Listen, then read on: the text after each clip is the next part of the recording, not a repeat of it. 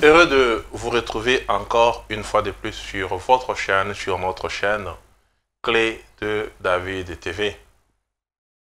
Bienvenue dans cette tranche EANO, une tranche qui nous permet d'être directement en contact avec vous, de vous parler, de vous écouter, d'échanger, parce que vous êtes la raison de notre existence en tant que chaîne de télévision, en tant que canal de bénédiction. Je ne cesserai de vous rappeler, de vous demander, de vous encourager, de vous abonner massivement. Invitez les amis, vos connaissances, partagez notre chaîne YouTube Clé de David. En faisant cela, vous contribuez à l'expansion de l'évangile. Aimez les émissions que nous postons. Faites des commentaires, faites de cœur, de pouces, de telle sorte que cette œuvre puisse bénéficier de votre soutien. Et c'est de cette façon-là qu'ensemble, nous allons faire grandir l'œuvre de la croix. Alors, la question que nous voulons aborder ces jours dans cette émission EANO est intitulée « Est-il possible de vaincre l'adversité » Est-il possible de vaincre l'adversité? Est-il possible de vaincre l'adversité? D'entrée de jeu, je veux dire que je ne donnerai pas une réponse directe à cette question. C'est-à-dire que je ne dirai pas oui, que je ne dirai pas non. Mais je vais développer des arguments qui vont nous permettre qu'à la conclusion de cette émission, que chacun de nous puisse avoir une idée claire, nette et précise de ce qui doit être dit, de ce qui doit être fait et de la réponse qui sera donnée. Est-il possible de vaincre l'adversité? Est-il possible de vaincre le combat? Est-il possible de remporter la victoire dans les défis de chaque jour? Est-ce qu'il est possible réellement pour un homme de vaincre l'adversité? Du point de vue charnel, du point de vue spirituel, ça dépend de ce qu'on fait face à l'adversité. Ça dépend des moyens qu'on met en action face à l'adversité. Ça dépend de stratégies mises en place pour atteindre la victoire. Ça dépend. Stratégie, moyens, attitude, motivation que nous avons face à l'adversité. Ça dépend de la qualité des armes qu'on utilise dans cette adversité. Et du point de vue spirituel aussi, il y a des choses qui nous ont été dites. Il y a des armes qui nous ont été cédées. Et ça dépend de quel type d'armes nous devons utiliser pour remporter la victoire. Nous allons lire Apocalypse chapitre 12, verset 10 jusqu'au verset 17. Mais notre verset de base sera le verset 11 pour certaines versions et le verset 12 pour d'autres versions. Apocalypse chapitre 10. Chapitre 12, verset 10. Puis, j'entendais dans le ciel une voix puissante qui disait, cette voix soulignée, c'est une voix qui est comment? Puissante. On donne déjà une certaine caractéristique à cette voix. Et pourquoi on l'appelle une voix puissante? Si on dit une voix puissante, c'est en contradiction à des voix qui sont comment? Faibles. Parce qu'il y a des voix puissantes, il y a aussi des voix qui sont faibles. S'il y a des voix audibles, il y a aussi des voix qui sont non audibles. C'est-à-dire que chaque mot, quand vous lisez la Bible, a son contexte et sa signification. Et un message particulier qu'il apporte au verset de la Bible. Puis, j'entendais dans le ciel une voix puissante qui disait, maintenant, le temps du salut est arrivé. Maintenant, notre Dieu a manifesté sa puissance et instauré son règne. Maintenant, son Messie a pris l'autorité en main, car l'accusateur de nos frères, celui qui, jour et nuit, les a accusés devant Dieu, a été jeté hors du ciel. Mais, écoutez bien, j'aurais aimé que ce verset se termine par là. Mais on dit, mais, C'est comme si l'ennemi qui arrive vient en opposition avec tout ce qui a été dit avant. Mais en réalité, ce n'est pas ça. Avec l'aide de Dieu, nous allons y arriver, nous allons le démontrer dans la Bible. Mais eux, ils l'ont vaincu grâce au sang de l'agneau et grâce au témoignage qu'ils ont rendu pour lui.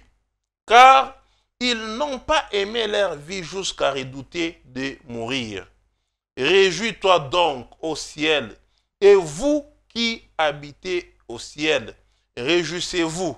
Mais malheur à la terre et malheur à la mer. Le diable est descendu vers vous, rempli de rage, car il sait qu'il lui reste très peu de temps. Quand le dragon s'est vu précipité sur la terre, il se lança à la poursuite de la femme qui avait mis au monde le garçon. Je préfère qu'on se limite là-bas. Amen. Dieu définit bien ce message.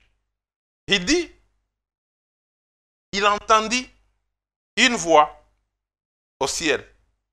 Et cette voix-là était puissante. Ça veut dire que parmi les ciels, dans les conseils qu'il y avait, dans les brouhahas qui se passaient au ciel, tout le monde parlait. Tout le monde plaidait sa cause.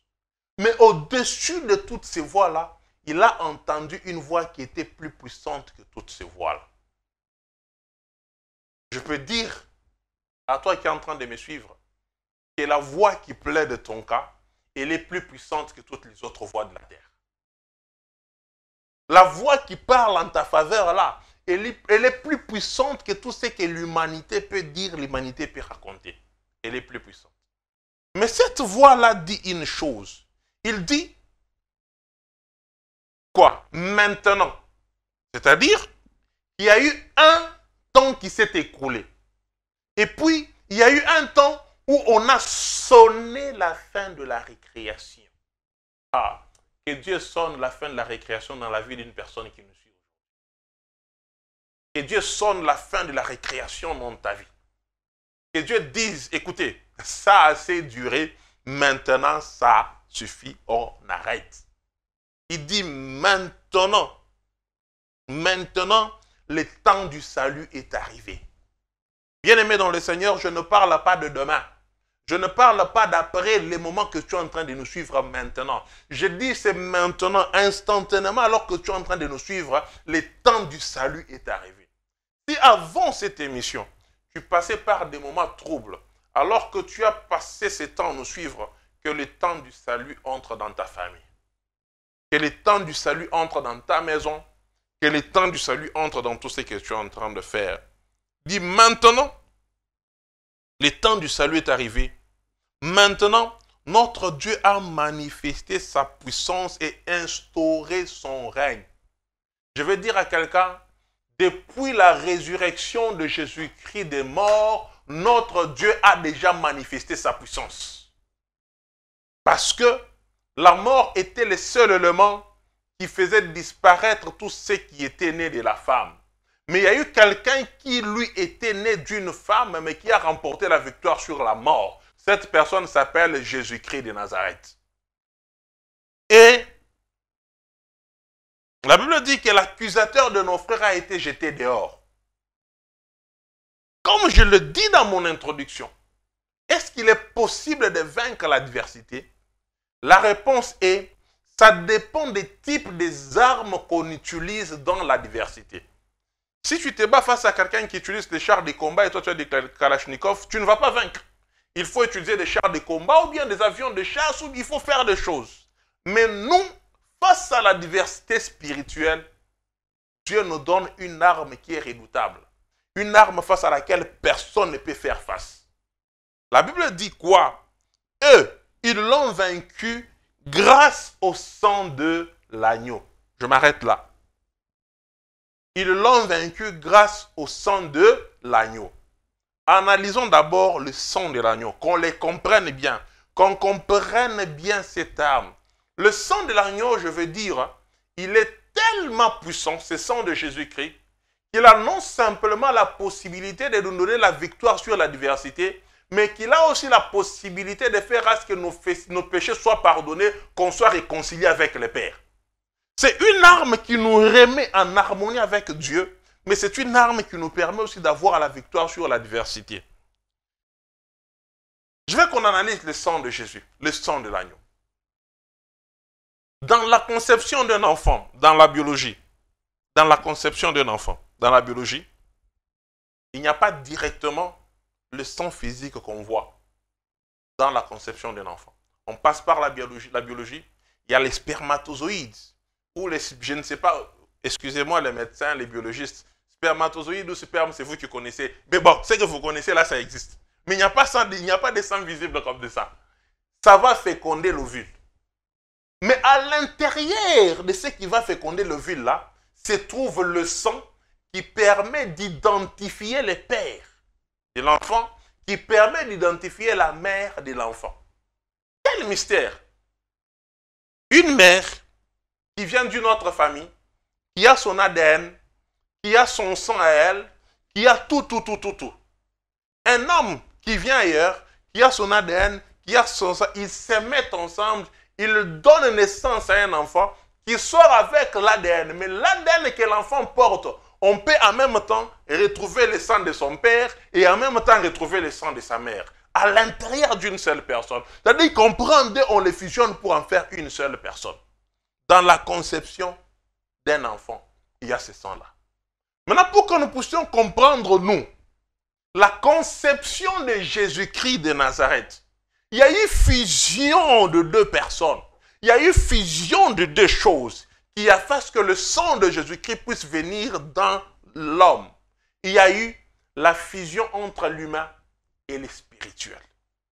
Marie dit ceci dans Luc 1, chapitre 1, verset 35. Nous allons le lire. Luc 1, verset 35. La Bible dit, on commence au verset même 34, la Bible dit, Marie dit à l'ange, comment se fera-t-il puisque je suis vierge? L'ange lui répondit, l'Esprit Saint descendra sur toi. La puissance du Dieu très haut te couvrira de son ombre. C'est pourquoi le saint enfant qui naîtra de toi sera appelé fils de Dieu. La Bible dit quoi? C'est pourquoi. Quand on dit c'est pourquoi, on définit la conséquence. Marie devait concevoir un enfant. La logique veut que ça soit conçu par un homme et une femme. Mais cette fois-là, les choses sont sorties de la logique humaine. L'arme que tu utilises pour vaincre le diable dans l'adversité n'est pas dans la logique humaine. C'est une arme qui est sortie de la logique humaine. C'est une arme qui vient d'un monde à part. C'est une arme dont la conception a été faite par la puissance de Dieu. La Bible dit que l'Esprit de l'Éternel te couvrira. C'est pourquoi la conséquence, c'est que le Saint-Enfant, c'est-à-dire que Jésus dans sa conception, il porte en lui, dans le physique, l'ADN de son Père, qui est l'Esprit, et l'ADN de sa mère, qui est la chair. Maintenant, si tu dois combattre face à l'adversité, utilise simplement le sang de Jésus. Pourquoi le sang de Jésus? Parce que non simplement il a la puissance de Dieu, mais il a la capacité d'agir aussi dans le physique par l'ADN de l'homme qui est dans ses sangs. Peu importe ça à quoi tu es en train de faire face. Si c'est dans le physique, le sang de Jésus-Christ opère dans le physique parce que dans ses sangs, il y a une partie de la chair. Si c'est dans le spirituel, le sang de Jésus-Christ opère dans le spirituel parce qu'il y a l'esprit incarné dans ce sang de Jésus-Christ de Nazareth. On dit, l'Esprit de Dieu descendra sur toi et la puissance du Très-Haut te couvrira. On ne dit pas la faiblesse. On ne dit pas, on dit la puissance du Très-Haut. C'est-à-dire que dans la conception de Jésus, on a placé la puissance dans le sang de Jésus-Christ de Nazareth. C'est pour cela qu'il est clair. Il dit, eux, ils l'ont vaincu grâce au sang de l'agneau. Ou ils l'ont vaincu à cause du sang de l'agneau. et on dit quoi? Et du témoignage qu'ils ont rendu. Il y a deux aspects. Dans la victoire face à l'adversité, il y a deux aspects. Il y a le sang de Jésus qui lui est disponible en permanence. Matin, midi, soir, n'importe quelle heure, le sang de Jésus-Christ est disponible en permanence. Il y a une deuxième partie, c'est les témoignages que nous rendons. Et la partie des témoignages que nous rendons ne dépend pas de Dieu. La partie des témoignages dépend de l'individu. Quel est le témoignage que tu rends de l'impact du sang de Jésus-Christ dans ta vie? Écoutez, pour que tu rendes témoignage, il faut que tu aies vécu une situation, il faut que tu aies vu une situation où il faut que tu sois passé par quelque chose. Tu ne peux pas être témoin de quelque chose que tu n'as jamais expérimenté.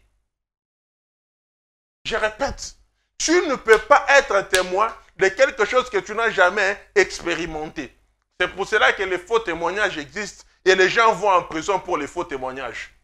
Il y a des enfants de Dieu qui sont partis en prison spirituellement pour les faux témoignages.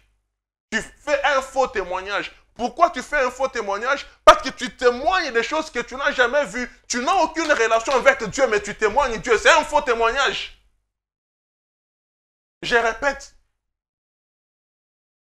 Parce que tu es devant un combat, tu commences à crier « Au nom de Jésus, je viens par le sang de l'agneau ». C'est un faux témoignage. Ça n'a aucune efficacité vis-à-vis de Dieu. Ça n'a aucune efficacité vis-à-vis du diable parce que tu auras un faux témoignage. Et les faux témoignages, on condamne les gens pour ça. Si tu veux que la victoire soit réelle dans l'adversité, que ton témoignage soit vrai. Un témoin qui dit des choses vraies. Un témoin, c'est qui? C'est quelqu'un qui a vu quelque chose. C'est quelqu'un qui a assisté à un événement. Aujourd'hui, quand tu te regardes, tu as déjà vécu quoi avec Dieu qui peut faire la force de ton témoignage? Tu as déjà vécu quoi avec Dieu qui peut faire la force de ton témoignage? Tu as déjà vécu quoi?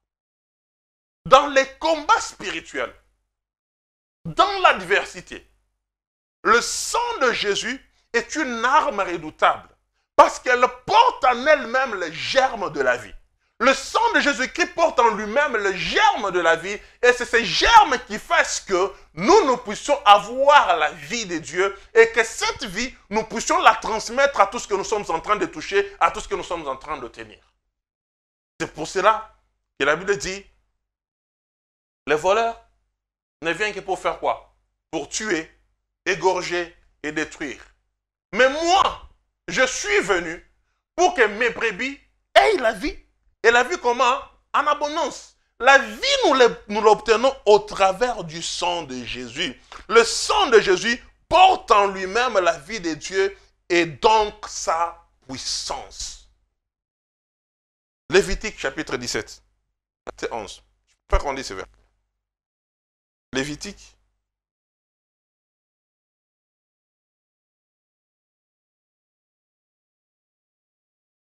Lévitique 17. Verset 11. La Bible dit, car le sang, c'est la vie de toute créature. Et moi, je vous l'ai donné afin qu'il serve à accomplir sur l'autel les rites d'expiation pour votre vie. En fait, c'est parce qu'il représente la vie que le sang sert d'expiation. Vous comprenez? Lévitique. Car le sang, c'est la vie de toute créature. Et moi, je vous l'ai donné, afin qu'il serve à accomplir sur l'autel les rites d'expiation pour votre vie. En effet, c'est parce qu'il représente la vie que le sang sert d'expiation. C'est-à-dire que le sang porte en lui la vie de Dieu. La victoire dans l'adversité dépend des armes que vous mettez en application, mais aussi dépend de la qualité des témoignages que vous portez. Le sang de Jésus-Christ porte en lui la puissance de Dieu. Dans les combats spirituels, lorsqu'on utilise le sang de Jésus, il est bon de rappeler à l'ennemi tout ce que le sang de Jésus-Christ a fait pour nous, car nous avons tout par le sang de Jésus. Quand tu dis au nom de Jésus, à cause cause du sang versé, j'ai la victoire face à ces problèmes. Que ton esprit soit en train de rappeler à l'ennemi que le sang de Jésus-Christ n'est pas n'importe quel sang. Est-ce qu'il est possible de remporter la victoire dans l'adversité?